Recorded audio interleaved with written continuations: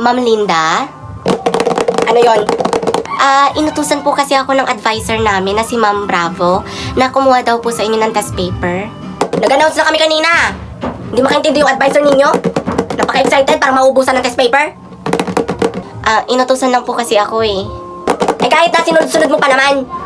Kung kaedad lang kita, sinampal-sampal na kita. Ma'am Linda? Yes, sir. Pwede ba akong kumuha ng test paper? Sure. Why not? Like, why are you doing that? We can talk about it naman, di ba? Pasensya na, Ma'am Linda, ha. Naabala pa kita. Eto na, sir, ha? Salamat. Pok-pok. Kung pokpokin ko bunganga mo. Sabihin mo sa teacher mo, ha. Sa susunod, wag siya magmamadali.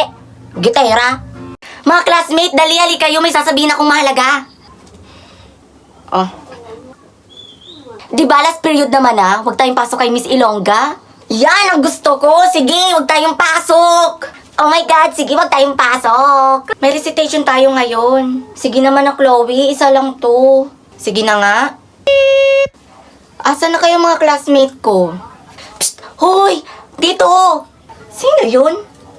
Psst! Hoy, wag ka dyan, tago! Nasaan yun? Oh my God, andyan na si Miss Ilongga, makikita siya. Psst! Hoy! Sino sitsit ng sitsit? Ayan na, makikita na siya. Good afternoon, ma'am. Oy, good morning. Asan nga pala mga kaklase mo? Ay, nakita pa. Ay, ma'am, andun po, nagtatago. Ang inong tulgong, ang talaga kahit kailan. Bugok! Hoy, ba't kayo tago pa dyan? May klase tayo, anong oras na? Gusto nyo i-absent ko kayo? Mare, naghahanap ka daw ng mauutangan? Oo, Mare. Meron ka ba dyan? Pautang naman, no? Nako, Mare. Wala din akong pera eh. Pero may solusyon ako dyan, Mare. Magkakapera na tayo, basta tulungan mo lang ako. Ay, totoo? Sige, ano yan, Mare. Gusto ko talaga magkaroon ng pera ngayon para may pangkain kami. Eto, Mare. Mabilis tayong yayaman dito. Basta wag mo lang ipagsasabi kahit kanino dito.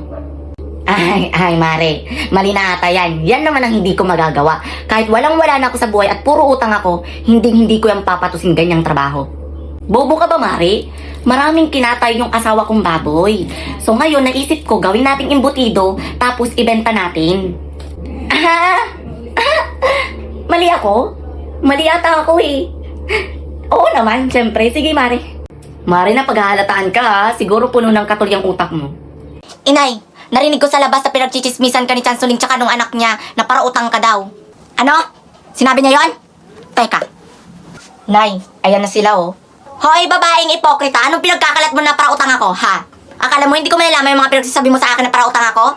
Sinama mo pa yung anak mo, mga chismosa kayo? Para utang ka naman talaga. Wow ha? Ikaw nga, inuulam mo pa yung mga tira-tira namin. Isang beses lang yon at hindi na ako kakain ng pagkaing baboy. Talaga, Suling, fuck you. Tigilan mo na nga yung mama ko, Aling Angie. Kita mong umiiyak na nga eh. Talaga? Yun na yung umiiyak? Ay naku, nayaya mo na yung mga papansin lang yan. Talagang papansin. Ito pala para sa'yo. Aray! Ba't ka nang babato, ha? Ako na nga yung binato mo eh. Dapat lang yan sa'yo. Rowena, bakit sabi ng tatay mo nakipag-away ka daw sa school? Bakit hindi ako magagalit na sinabihan ka ng pokpok? Anong masama doon? Totoo naman. Ang laki-laki nga nung kinikita ko doon. Kinakaya mo ba yon? Hindi naman sa ganun, ma. Katulad yan, si tatay sinabihan ng lasinggero. Oo, lasinggero yan. Sabungero pa nga eh. Tsaka walang pakinabang yan dito sa bahay. Huwag kang magagalit sa kaklase mo. Totoo yon. Nay naman eh. Saka, pinakamasakit. Nay, sinabihan ako ng pangit nung kaklase ko. Yan naman ang hindi ako papayag. Hindi ako papayag na hindi makita yung kaklase mo. Opo, Nay. Puntahan natin bukas sa school. Magpapasalamat ako kasi alam niyan, pangit ka. Hindi mo ba alaman na? Kaya iniiwasan ka namin ng tatay mo. Kasi pangit ka. Pangit ka, okay? Anong masama doon sa sinabi ng kaklase mo? Wow, Nay. Akala mo naman hindi tayo magkakamukha ditong tatlo. Hoy, ang layo naman ng mukha ko sa'yo. Nagmana ka kay papa mo. Saka pangit ka talaga. Pangit. Ayun, Nay. Anak mo ako. Lugmok na lugmok ako dito. Nakipag-away ako. Sakit niya magsalita Ineng? Yes? Pwede mo bang hawakan tong bag ko? May kukunin lang ako saglit dito. No! Big no! Sige naman na ining, sobrang bigat kasi ng mga dalahin ko. Ayoko nga, Ale. Umalis ka nga dito. Ang baho-baho mo. My God, this allergy. Alam mo nak, huwag kang ganyan sa kapwa mo tao. Babalik sa'yo yung karma, promise. Don't call me nak. And I don't know what is karma mean. At kung dumating man yung karma na yan, wala ka nang pakialam doon. Sige, naintindihan ko. Pasensya na. Mukhang papasok ka ata. Sige na, baka malate ka pa nak. I said, don't call me nak. Ang pangit pakinggan. At saka kung malate naman ako, hindi mo na problema yon. Actually, dapat nga natutulog pa ako ngayon kasi may hangover pa ako kagabi. Kasi nag-inuman lang naman kami. Itong tatandaan mo, Ale ha. Anak ako ng congressman, kaya kahit anong gusto ko, gagawin ko. Ikaw bahala. Good morning ma'am. I'm sorry I'm late. 30 minutes kang late? Anong dahilan? Kasi po sobrang traffic, ma'am. Mukhang hindi naman yan yung dahilan na sinabi mo sa akin kanina. Ikaw? Yes, I'm your advisor. Nika, right? Andito ka sa record ko. I'm so sorry, ma'am. Pasensya na po sa mga sinabi ko kanina. It's okay. Pwede ka pa rin naman pumasok. Absent nga lang. Wait, baka ito na yung karmang hinihintay mo. Tao po! Rowena, tignan mo nga kung sino yon. Hello po. Uy, pamangkin, kamusta na? Laki-laki mo na. Sino po sila? Ako to, yung tiyahin mo, yung kapatid ng asawa ni mama mo. Si Tita Corazon, yung sip-sip kay Lola. Ano ka mo? Wala po. Ano pong sadya niyo, tita? Alam ko kasing nagpadala na si Biena ng package. Nagbabaka sakali ako, baka meron ako doon. Paano niyo po nalaman? Kami pa lang po nakakaalam ni inay. Shh, ano ka ba? Alam ko yung date at oras kung kailan nagpapadala si Lola mo. Actually, nung last week ko pa alam eh. Okay po. Pero puro pangalan din po namin yung mga pinadala ni Lola sa amin eh. Uy, grabe naman to. I think meron din naman akong pangalan dyan. I-check natin. I-double check natin. Tita, na double check na po namin yon. Actually, na triple check pa nga po namin eh. As in, wala po talaga kayong padala ni Lola. Uy, wag mo naman sabihin yan. Ako nang mag-check. Ako na. Iisa-isahin ko. Titignan ko mismo yung pangalan, yung spelling ng pangalan. For sure kasi meron ako dyan eh. Pakiramdam ko talaga. Nay, nandito siya! Tulungan mo ako!